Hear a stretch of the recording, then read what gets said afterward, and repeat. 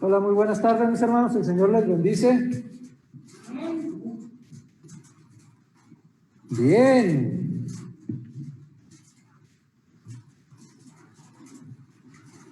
¿Qué tal su tardecita, hermanos? Descansando rico. Sí, echando el coyotazo. Sí, gloria a Dios, ¿verdad? Porque nos permite tener ya activos estos cultos vespertinos que nos dan oportunidad de estudiar más de su palabra, ¿verdad? Escudriñar un poquito más de su palabra. Y bueno, ¿recuerdan el tema que estamos viendo, hermanos? 12 hombres, ¿qué? 12 hombres comunes y corrientes, ¿verdad? 12 hombres comunes y corrientes. No se crean, hermano, yo también me confundo luego con el de los miércoles. Termino preparando temas dobles, ¿verdad? Y digo, no era este el que tocaba. Y la semana pasada precisamente estábamos hablando del maestro, ¿recuerdan? Hablamos del maestro y de por qué había escogido a 12 discípulos y no a 8 y no a 24, ¿verdad? Y no a miles como lo seguían, y había nombrado a 12 solamente como apóstoles. El día de hoy vamos a hablar de la tarea que les fue encomendada a cada uno de estos apóstoles ya nombrados. Pero vamos a ponernos en manos de nuestro Dios antes de iniciar. Padre Santo, gracias te queremos dar esta tarde, niños. Gracias por la bendición, Señor, de la lluvia que mandas, y gracias, Padre, porque, Señor, sabemos que tu Espíritu está aquí en este lugar, mi Dios. Gracias, Padre, porque tienes el cuidado de nosotros, y el cuidado físico, el cuidado espiritual, Padre, el cuidado de nuestra salud, mi Dios, a través de tu hermoso Espíritu. Señor, permite que tu palabra caiga en tierra fértil, Padre Santo, que podamos hacerla nuestra, que el oyente a través de los medios electrónicos también pueda gozarse junto con nosotros, Padre, de esta palabra que hemos de estudiar esta tarde. Permite que tu siervo, Señor, transmita tu mensaje, mi Dios, que no sean mis palabras, no sea mi mente, Padre, ni mi corazón el que hable, sino el tuyo. Bendícenos, Señor, así como estamos, mi Dios. En el bendito nombre de tu Hijo, nuestro Señor y Salvador, oramos a ti. Amén. Amén. Muy bien, la tarea. Tenga por ahí presto Marcos 3:14. Marcos 3:14. Y veíamos la semana pasada, hablamos un poquito sobre el chaliá, ¿se acuerdan? El cargo familiar de chaliá.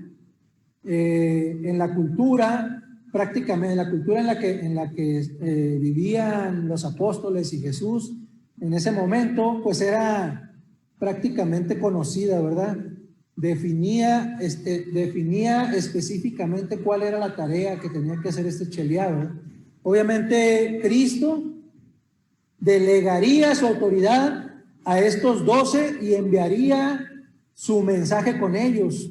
Ellos lo representarían como delegado, ¿verdad? Es parte de lo que vimos la semana pasada. Prácticamente todos en esa cultura entendían perfectamente, de manera instantánea, la naturaleza del cargo de este oficio del cheliá.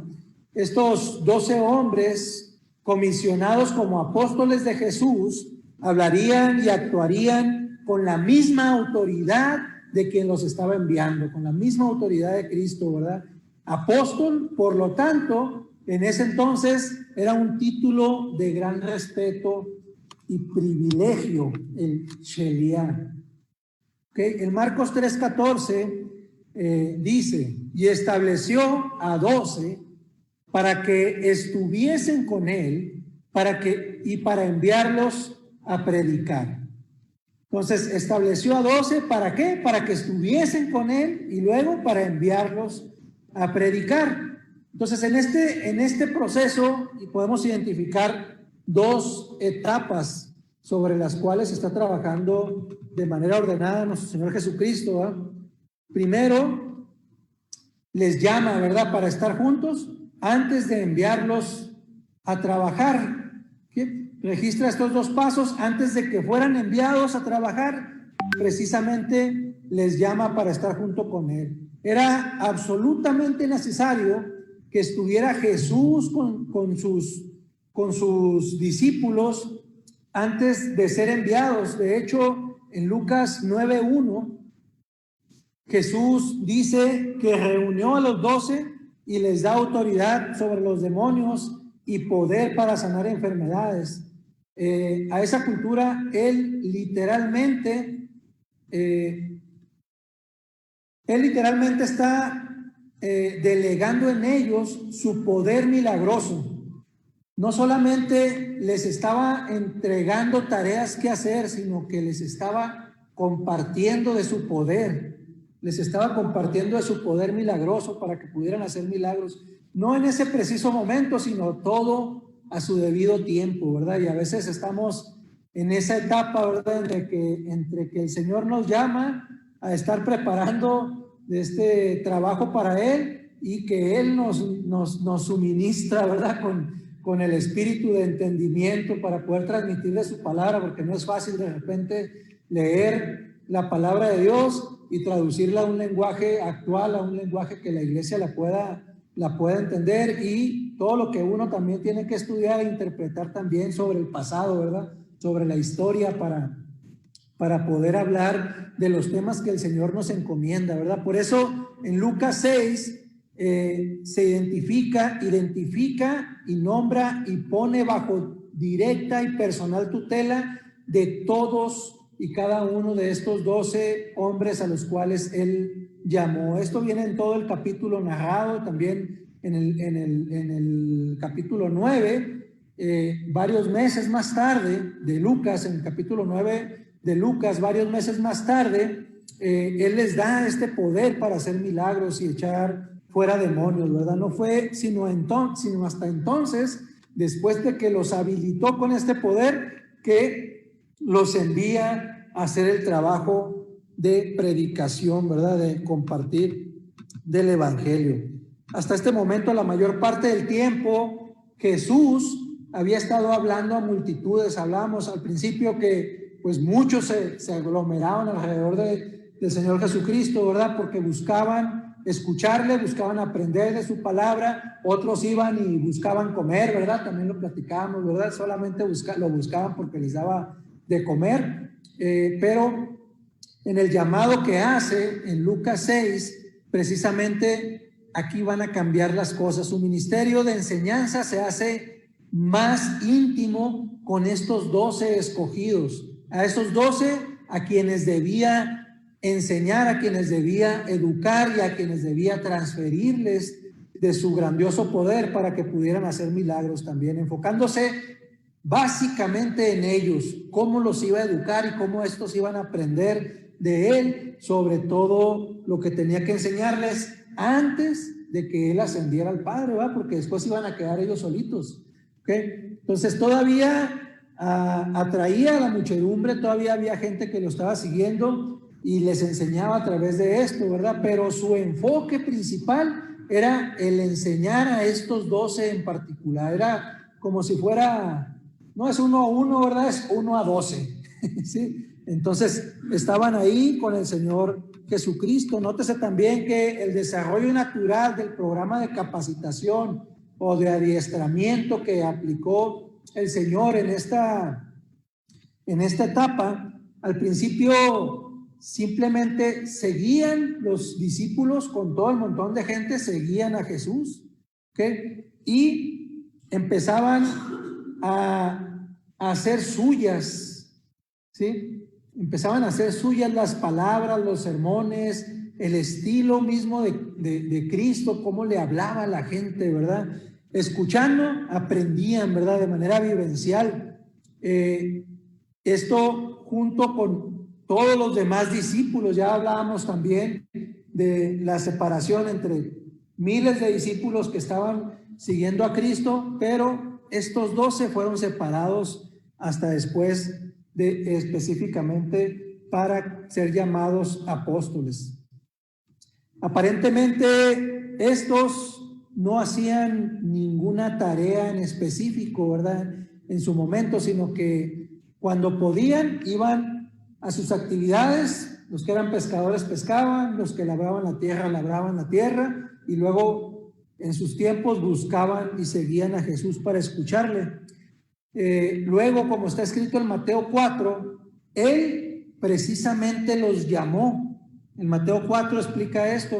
Él los llamó para que dejaran todo y lo siguieran de manera exclusiva. Ahora, en el evento que registra Lucas 6 y Mateo 10, selecciona específicamente al grupo de los 12 que han de ser llamados apóstoles, ¿verdad? Estos 12 ya separados son identificados como apóstoles, y recuerden que también platicábamos la semana pasada, esto lo hacen público, ¿verdad? Selecciona a estos 12 y les da ese nombramiento para que ellos empiecen a trabajar, adicional de que ya trabajaban de tiempo completo, empiecen a trabajar más arduamente en ese aprendizaje. Y por otro lado, nuestro Señor Jesucristo empieza a enfocar sus energías de una manera más intensa en la enseñanza para estos 12. Enfoca de una manera más fuerte su energía en ellos para que estos puedan aprender todo lo que ha de enseñarles antes de ascender, ¿verdad? Instruirlos de manera personal, esa era la estrategia. Más tarde los estaría dotando con la autoridad y con el poder para que pudieran hacer milagros, ¿verdad? Para que pudieran hacer milagros. Lo vamos a ver un poquito más adelante, cuándo es el momento preciso en que sucede esto. Y finalmente los envía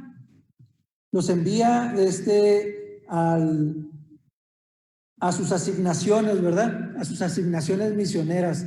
Son asignaciones misioneras cortas, donde van, predican de la palabra y regresan con él. Van, predican y regresan.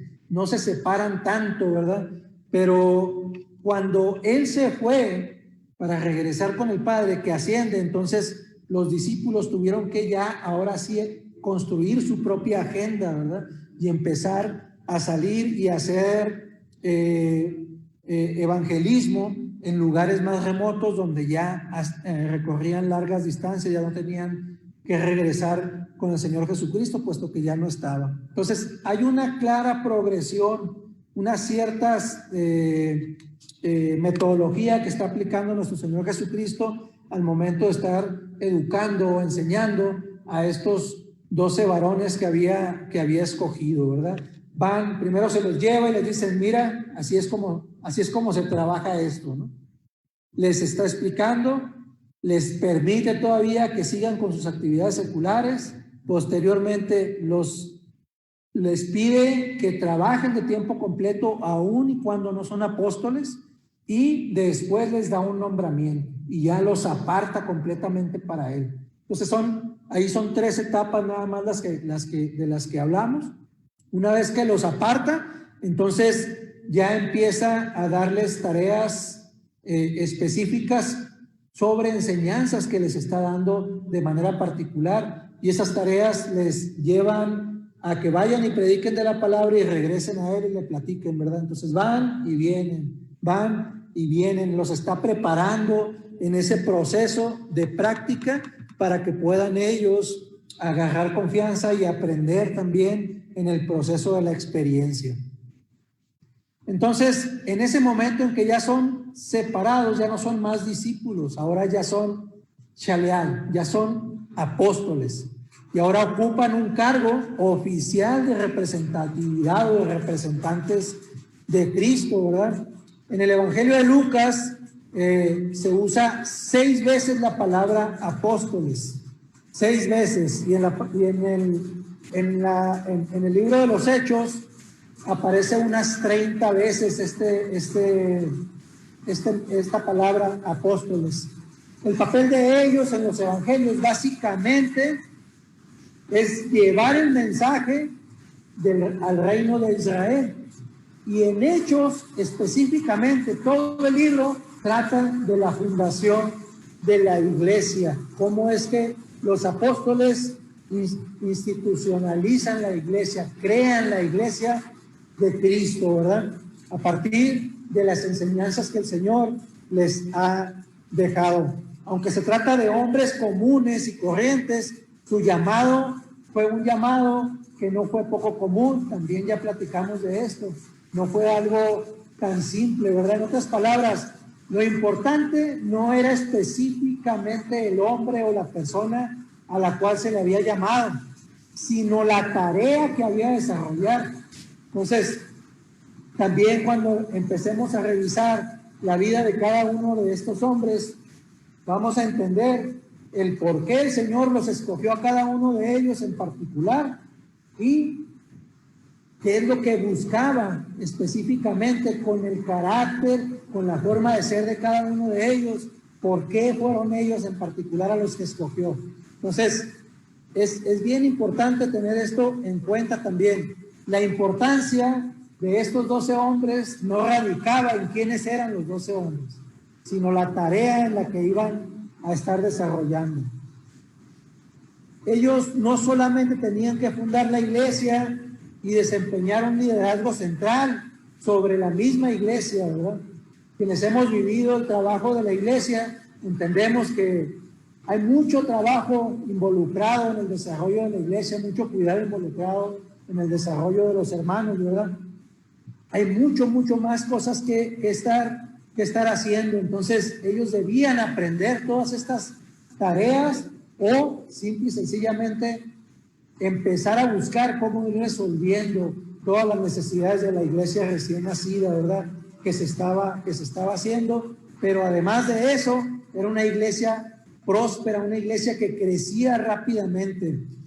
También tenían que ser los canales a través de los cuales sería dada la mayor parte del Nuevo Testamento, o sea, el conocimiento del Evangelio de Jesús iba a entregarse a todos los hombres a través de estos 12 seres humanos comunes y corrientes que nuestro Señor Jesucristo escogió.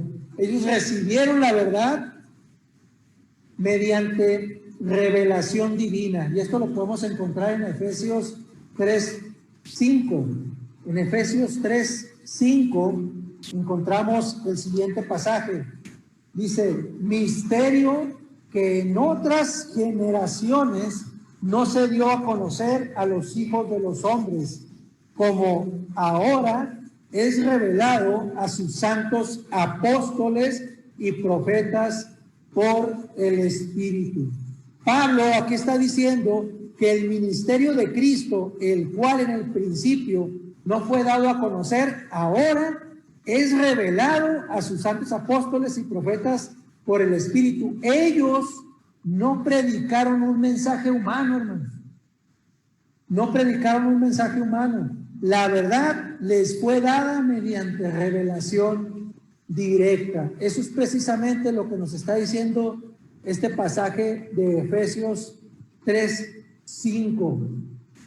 Que a lo mejor se tenían que preparar, sí, porque tenían que entender cuál era la temática y cuáles eran las necesidades de la iglesia recién nacida que estaban fundando, pero sobre todo el sembrado de la palabra y toda la transmisión del Evangelio fue a través del Espíritu Santo que esto se logró. Era por lo tanto la fuente, la voz de cada apóstol era la fuente de toda verdad doctrinal para la iglesia. En Hechos 2:42 nos dice: y perseveraban en la doctrina de los apóstoles, en la comunión unos con otros, y en el partimiento del pan y en las oraciones. Antes de que el Nuevo Testamento se completara, la enseñanza de los 12 apóstoles era la única fuente de verdad. Por eso es que dice la doctrina de los apóstoles. ¿Okay? Porque ellos de manera verbal transmitían esta doctrina, transmitían este conocimiento sobre la cual Cristo les había entregado, ¿verdad? Entonces, es bien importante tener esto también en nuestra mente, ¿verdad? Que la iglesia se regía aquí y no es que estuvieran haciendo de lado a Cristo, sino que básicamente ellos estaban compartiendo de viva voz todo lo que el Señor les había entregado, ¿verdad?, en conocimiento, y sus enseñanzas eran recibidas con la misma autoridad de la palabra escrita que hoy nos llega. De hecho, el Nuevo Testamento escrito no es otra cosa que los registros inscritos e inspirados por el Espíritu Santo a través de las enseñanzas de los apóstoles. Ellos nos las están entregando en forma de cartas que fueron estudiadas y fueron integradas en un compendio a través de la Biblia, ¿verdad? A través de la palabra actual que estudiamos. De modo que los apóstoles tuvieron la misión de edificar la iglesia, la misión de edificar la iglesia, y esto lo vemos en Efesios 4, 11 y 12, 4, 11 y 12, donde dice: y él mismo constituyó a unos apóstoles, a otros profetas, a otros evangelistas, a otros pastores y maestros, a fin de perfeccionar a los santos para la obra del ministerio, para la edificación del cuerpo de Cristo.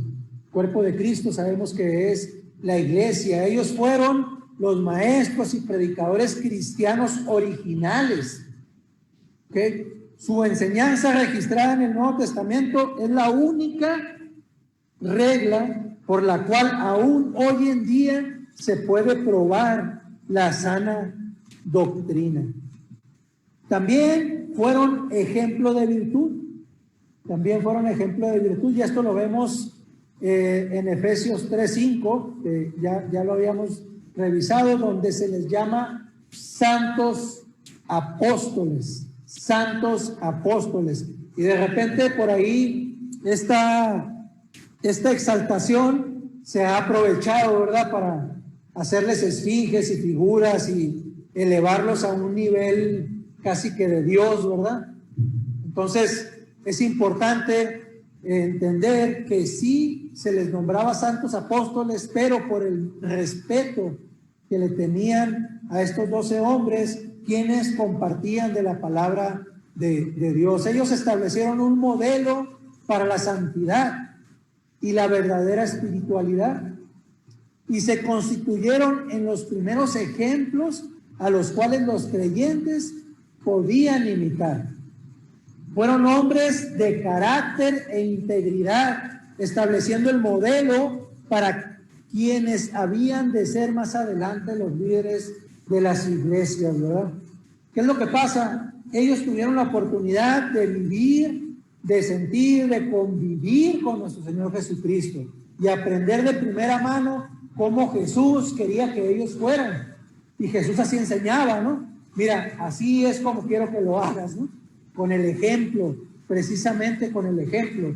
Entonces, ¿qué es lo que hacían ellos? Enseñaban como Jesús les estaba enseñando y hacían lo que Jesús les decía a través de sus vidas. Entonces, básicamente, todos aquellos a los cuales estaban influyendo en esa época, pues estaban observando, ¿verdad? A lo mejor ahorita nos sentimos observados, ¿verdad? Un que otro líder de las iglesias nos sentimos por ahí observados.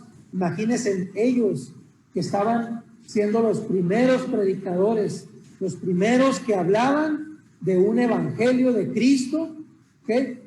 Dios hecho carne, cuando todo mundo tenía otra doctrina completamente sembrada en sus corazones, era completamente diferente. Entonces, obviamente, no eran 10 ojos, ni 40, ni 80, ni 100, eran miles que estaban atentos a lo que hacían. Cualquier cosita que hacían eran observados. Entonces ellos vivían en esta santidad para ser ejemplo, ¿sí? Obviamente todo esto a través de la ayuda del Espíritu Santo, ¿verdad?, que les dio ese poder para hacerse ejemplo ante todas aquellas personas que habían de formar la iglesia de Cristo. Tenían el poder especial también de realizar milagros que los vamos a encontrar confirmados ahí en Hebreos 2, del 3 al 4, 2, del 3 al 4, que dice: ¿cómo escaparemos nosotros si descuidamos una salvación tan grande? la cual habiendo sido anunciada primeramente por el Señor, nos fue confirmada por los que oyeron, testificando Dios juntamente con ellos, con las señales y prodigios y diversos milagros y repartimiento del Espíritu según su voluntad. Dios confirmó su palabra a través de los apóstoles por los milagros que ellos estaban haciendo, habían sido capacitados para hacer. Dios los habilitó para que pudieran hacer milagros. El Nuevo Testamento indica que solo los apóstoles y aquellos que estaban estrechamente asociados con ellos tenían el poder de hacer milagros. Por eso es que en 2 Corintios 12:12 habla de tales milagros. Se hablan de tales milagros de los apóstoles. Como resultado de todo esto, los discípulos fueron bendecidos grandemente y tenidos en alta estima por el pueblo de Dios. Eran apreciados estos discípulos por toda la enseñanza que dejaron al pueblo de Dios. Las expectativas de Jesús para ellos fueron logradas a través de la fiel perseverancia que tuvieron ellos para cumplir con su encomienda, ¿verdad? Y su promesa para ellos se cumplió en el crecimiento y expansión de la iglesia. No sé si recuerden por ahí en Lucas 18:28, cuando Pedro le dice a nuestro Señor Jesucristo, le dice, entonces Pedro dijo, he aquí, nosotros hemos dejado nuestras posesiones y te hemos seguido. Aparentemente, los discípulos estaban preocupados por la forma en que estaban yendo las cosas. De alguna manera no entendían qué es lo que había para ellos en el futuro, ¿verdad? No lo entendían. Y qué iba a suceder con ellos, con sus cosas, con sus familias, ¿verdad? Porque no eran jovencitos. Entonces, habían estado trabajando para mantener y sacar adelante a su familia, y ahora estaban siguiendo a Cristo y habían dejado todo aquello de su vida anterior, ¿verdad? En realidad la palabra de Pedro, las palabras de Pedro fueron como una súplica, ¿verdad? Como si estuviera diciendo a nombre de los otros, ¿y qué nos va a pasar? O sea, ¿qué va a pasar con nosotros, ¿verdad? Hemos decidido seguirte y ahora ¿qué va a pasar con nosotros? ¿Sí? ¿De qué vamos a vivir? ¿Qué nos va a sustentar? ¿Qué va a ser de nosotros? ¿Sí? No tenían esa certeza. Recuerde que también cuando hace esta pregunta Pedro, básicamente tenían todavía muchas flaquezas, ¿verdad? Estaban faltos de fe todavía, a pesar de muchos milagros que ya habían visto.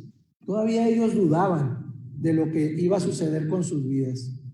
Y Jesús precisamente le contesta, ¿verdad? En el versículo 29, y él les dijo, de cierto os digo que no hay nadie que haya dejado casa, o padre, o hermanos, o mujer, o hijos, por el reino de Dios, que no haya recibido mucho más en este tiempo y en el siglo venidero la vida eterna. La vida eterna. Si se fijan, también las promesas de Jesús se cumplen y se cumplieron en ellos, ¿verdad? Ellos no tuvieron que dejar nada de lo cual el Señor no pudiera recompensarles. Y Dios los bendijo en esta vida, o los bendijo en vida aún, y aún y cuando, como veremos cuando estudiemos la vida de cada uno de ellos, la mayoría fueron mártires. Sí, dice, bueno, ¿y dónde está la bendición, verdad? Si a Pedro también lo colgaron en una cruz. ¿Sí? Todos prácticamente murieron como mártires, ¿verdad? Excepto uno. No sé si se acuerdan cuál es. Excepto uno. A ver si se acuerdan. Dios los bendijo en esta vida a través de la fundación y el crecimiento de la iglesia. Ellos trascienden a través de nosotros, hermanos. Estamos hablando de ellos y los estamos estudiando. ¿Sí? ¿Por qué? Porque también queremos imitarles, porque ellos imitaron a nuestro Señor Jesucristo, trascienden a través de nuestras vidas. Ellos no solamente fueron influyentes, respetados y honrados entre el pueblo de Dios, sino que cuando sus hogares y familias también fueron bendecidas, ellos tuvieron multitudes de hijos y de hermanos espirituales a través de estas iglesias, ¿verdad? A través de estas iglesias. Y los creyentes se multiplicaban y crecían, ¿verdad? En aquel entonces, y aún siguen creciendo a través de esta palabra que nos dejaron, y aún seguirá creciendo en el tiempo que sigue. Amén, amén, hermanos. Bien, ¿qué más hizo el Señor? Esta fue la tarea que les encomendó. No es una tarea fácil, ¿okay? No es una tarea fácil, pero para encomendar esta tarea el Señor tuvo que adiestrarlos, ¿verdad? Tuvo que capacitarlos. Entonces hablemos del adiestramiento. El adiestramiento. Cuando Jesús llamó a los 12 para darles su nombramiento aquella mañana, todo pudo haber parecido como que incierto, ¿verdad? A lo mejor no se la creían los apóstoles, ¿no? Los 12. Imagínense ahí en la multitud, habiendo tanta gente, y luego ellos son nombrados. A ver, Pedro, ¿sí? A ver, Juan, ¿sí? Y todavía necesitaban ellos enseñanza, ¿verdad?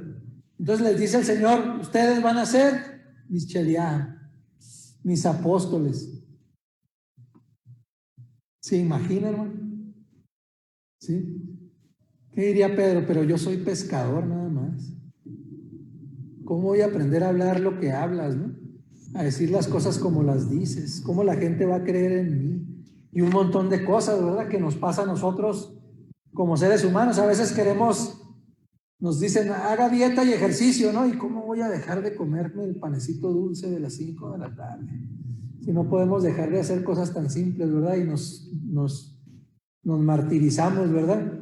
¿Sí? A veces vamos a buscar un trabajo y no lo dan, hermano.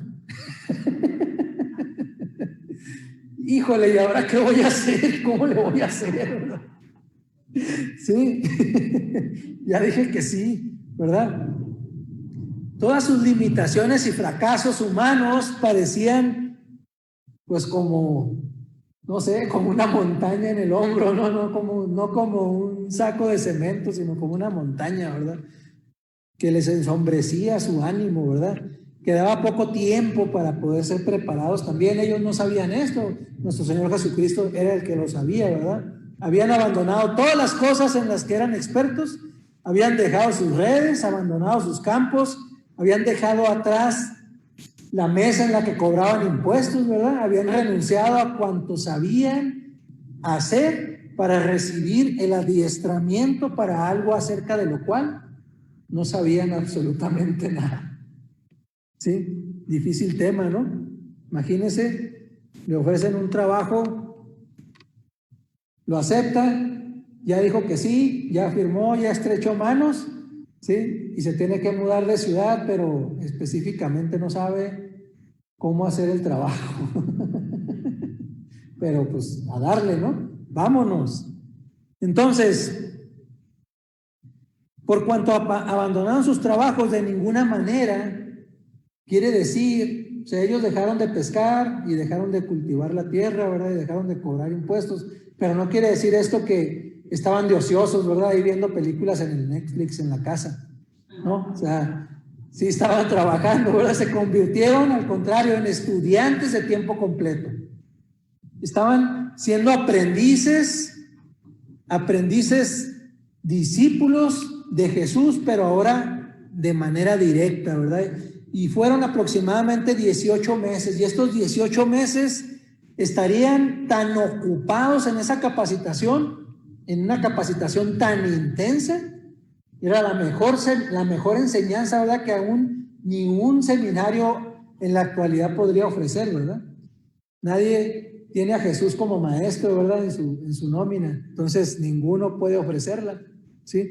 Tenían constantemente ante ellos el ejemplo de Cristo, ¿verdad? Podían escuchar sus enseñanzas, podían preguntarle al Señor Jesucristo si tenían alguna duda, observar la forma como trataba con la gente y disfrutar de una relación íntima con Él en todas las circunstancias. Vivían juntos prácticamente y estaban aprendiendo juntos. Entonces, cuando el Señor o cuando la palabra de Dios nos dice que tengamos una relación íntima con Cristo, a eso se refiere, mis hermanos.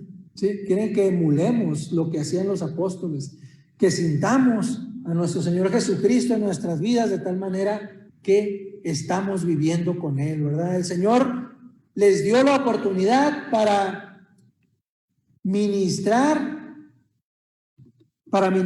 los preparó y los envió a cumplir las asignaciones especiales que les encomendó.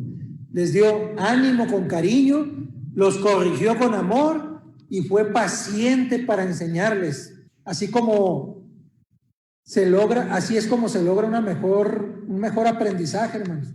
¿Sí? No les estaba dando de zapes, de borradorazos y de reglazos. ¿A ustedes les tocó eso, hermano? Ya se rió por allá, hermano. A mí sí, también una reglota de madera por ahí.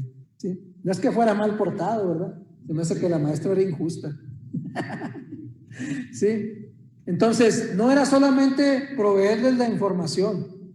El Señor Jesucristo convivía con ellos en esta enseñanza.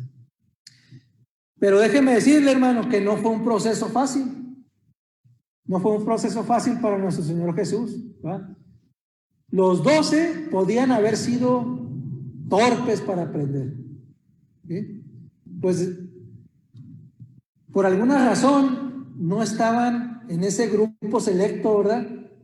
De gente que podía hablar la palabra, que estudiaba la palabra, y también ya hablamos al respecto sobre el tema, ¿verdad? De por qué Jesús no volteó hacia ese grupo de gente que eran estudiosos de la palabra, sino que escogió a estos 12 en particular. Entonces, al no ser personas que eran asiduos al estudio de la palabra, entonces de alguna manera el Señor no se las dio fácil, ¿verdad? Para enseñarles. En Mateo 15, 16 y 17, Mateo 15, 16 y 17,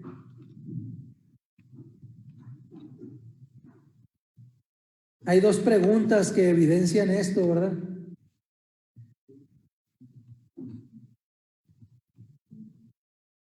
¿Se imaginan la exasperación del Señor? Les está enseñando, les está mostrando con su vida, ¿verdad?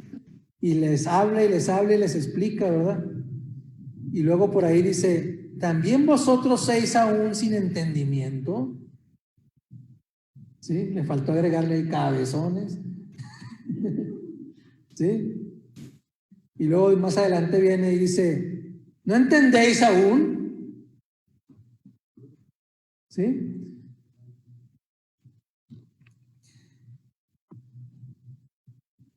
De alguna manera, el Señor batalló un poquito para que estos 12 aprendieran de su palabra. En Lucas 24, 25 tenemos otro ejemplo. ¿Sí? Lucas 24, 25 dice, ¡oh!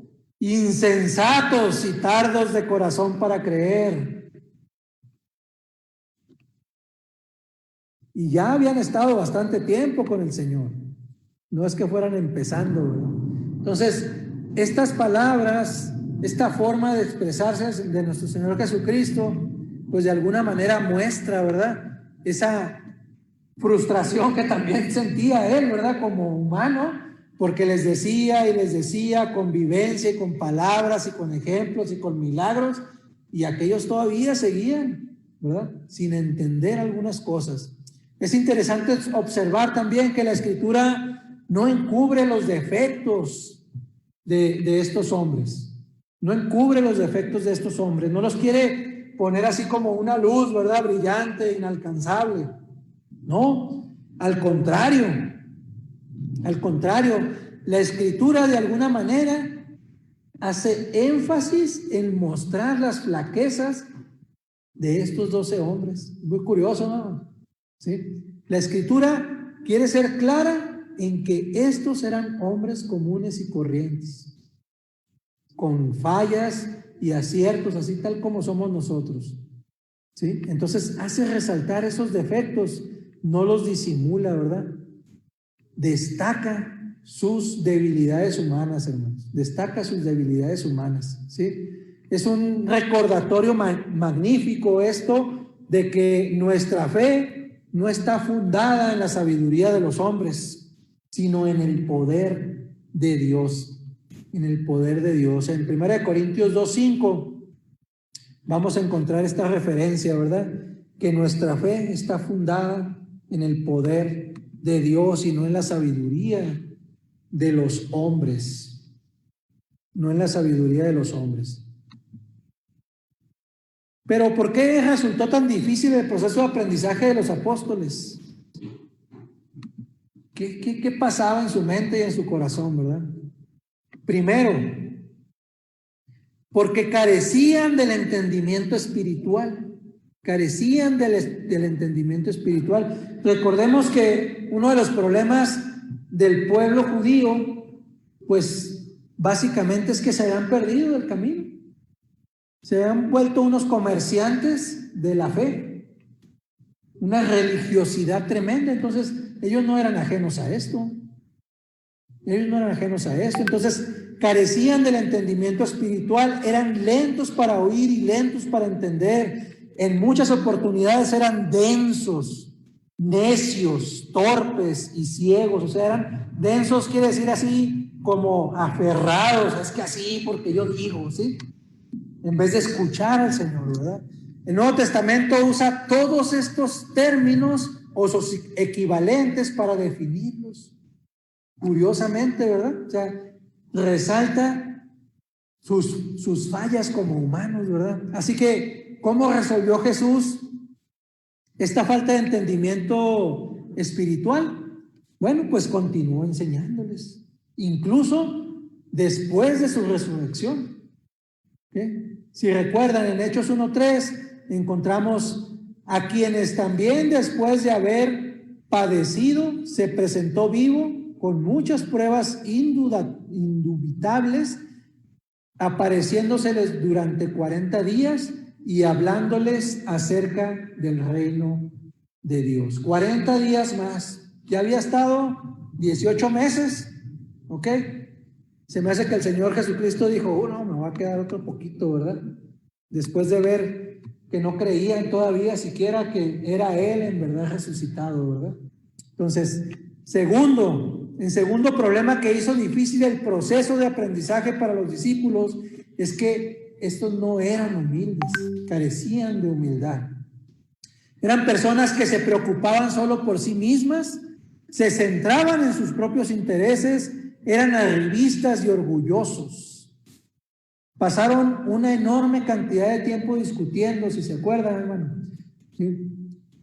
Por saber quién de ellos era el más importante.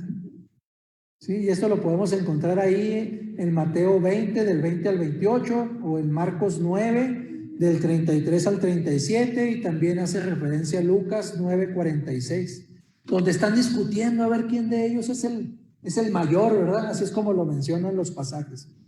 ¿Y cómo venció Jesús esta falta de humildad? Bueno, siendo Él mismo ejemplo de humildad.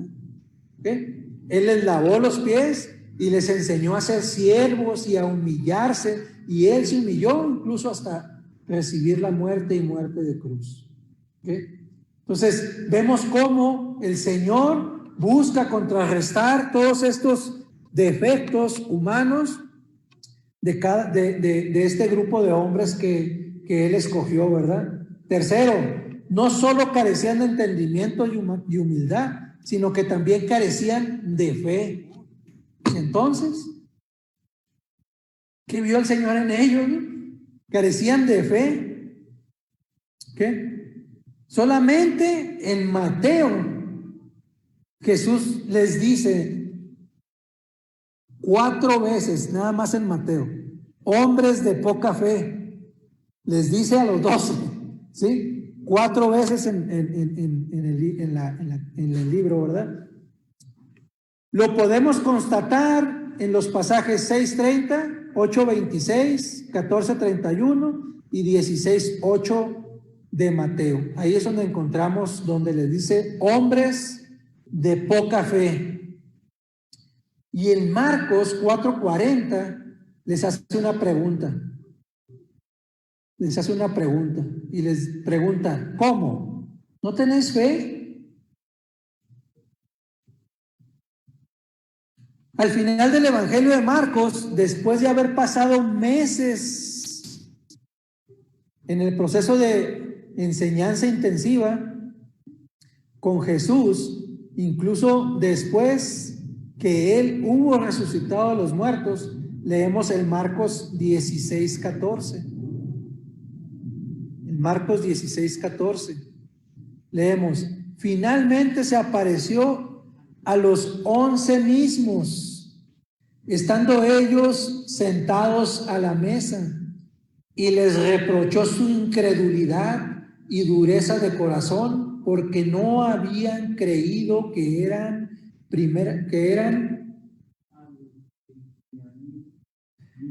porque no habían creído a los que le habían visto resucitado. Y me brinqué de renglón aquí, ya no me ayudan los ojos.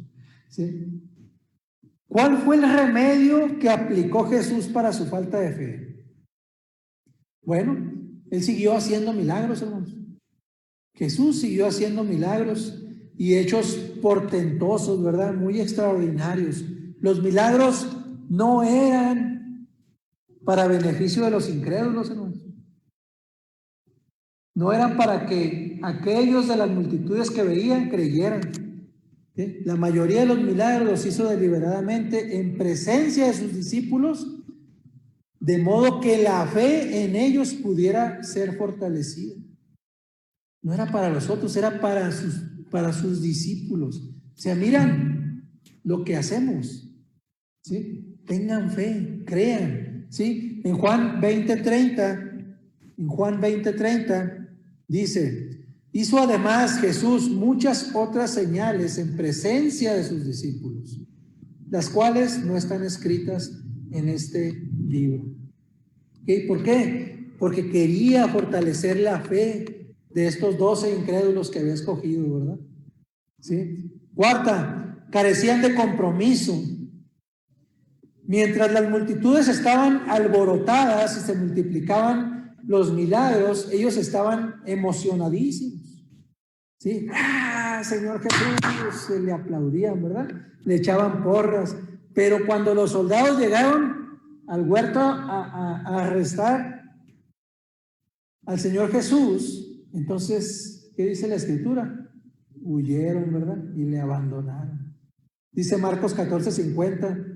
Bueno, ahí está la evidencia en Marcos 14:50, ¿verdad? Incluso el líder, el más whatever de todos, el mero, ¿sí? Pedro, ¿sí? Terminó negando a su maestro y jurando que ni siquiera le conocía, que nunca le había visto, ¿verdad? Entonces, ¿qué pasó aquí? ¿Qué hizo Jesús ante esta tendencia de falta de compromiso de los discípulos que había escogido? ¿Qué creen que hizo, hermanos? Intercedió por ellos. Oró al Padre por cada uno de ellos. Y ahí en Juan 17 encontramos todo un apartado donde el Señor está orando por ellos, ¿verdad? Podemos encontrar que Jesús oraba por sus discípulos, intercediendo ante el Padre para que se mantuvieran fieles y que pudieran ser llevados al cielo.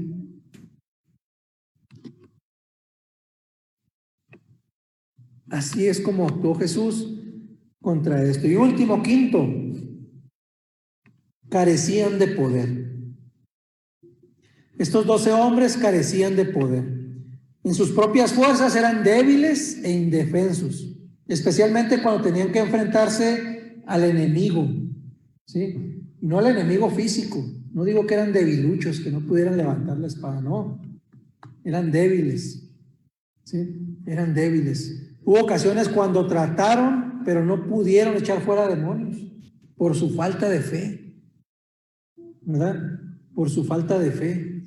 Esto los inhabilitó para poder hacer uso de todo este poder que Jesús les estaba dando.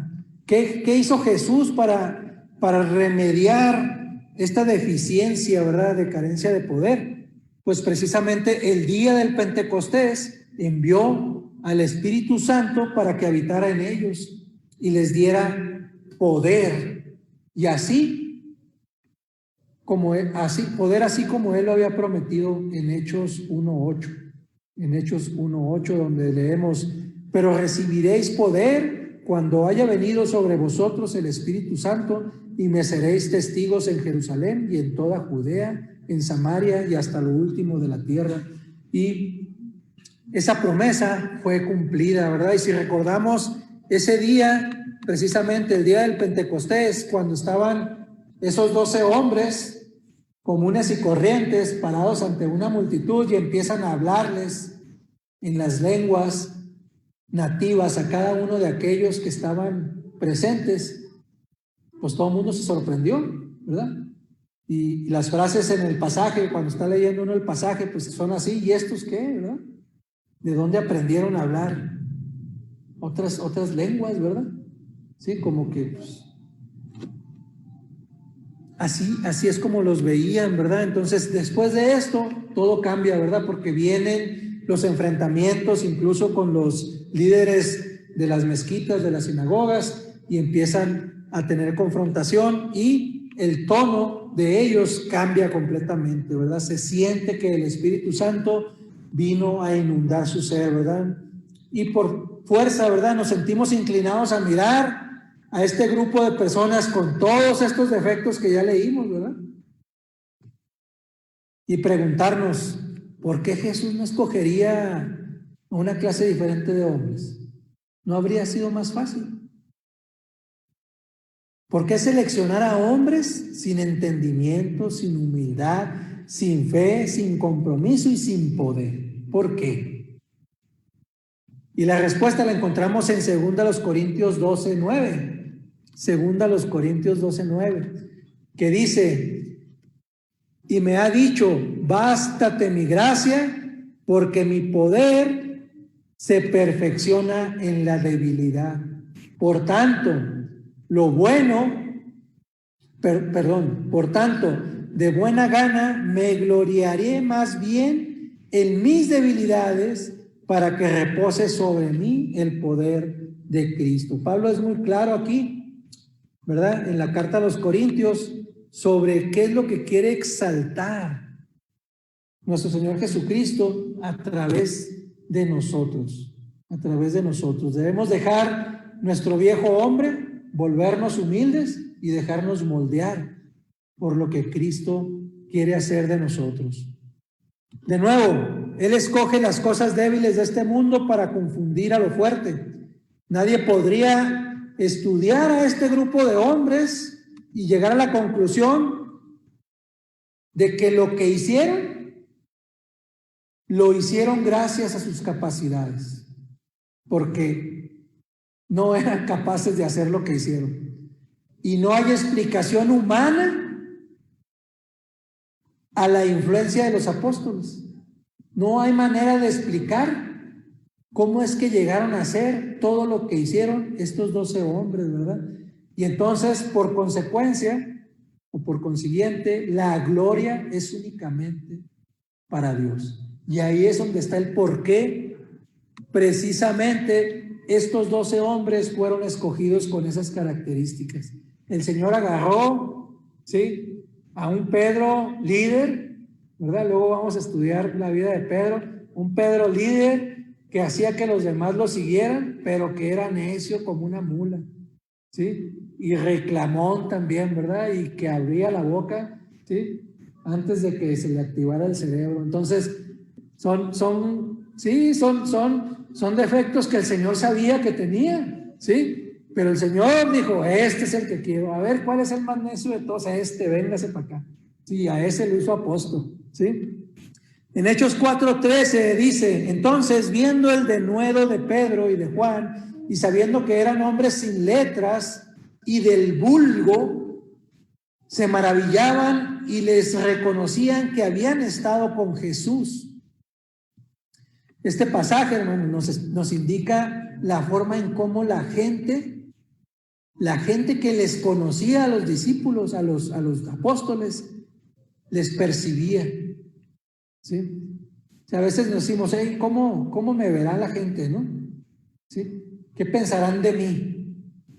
Entonces, es muy curioso porque el texto en griego dice, el texto griego que dice la gente cómo percibió a estos hombres, se lee agramatoi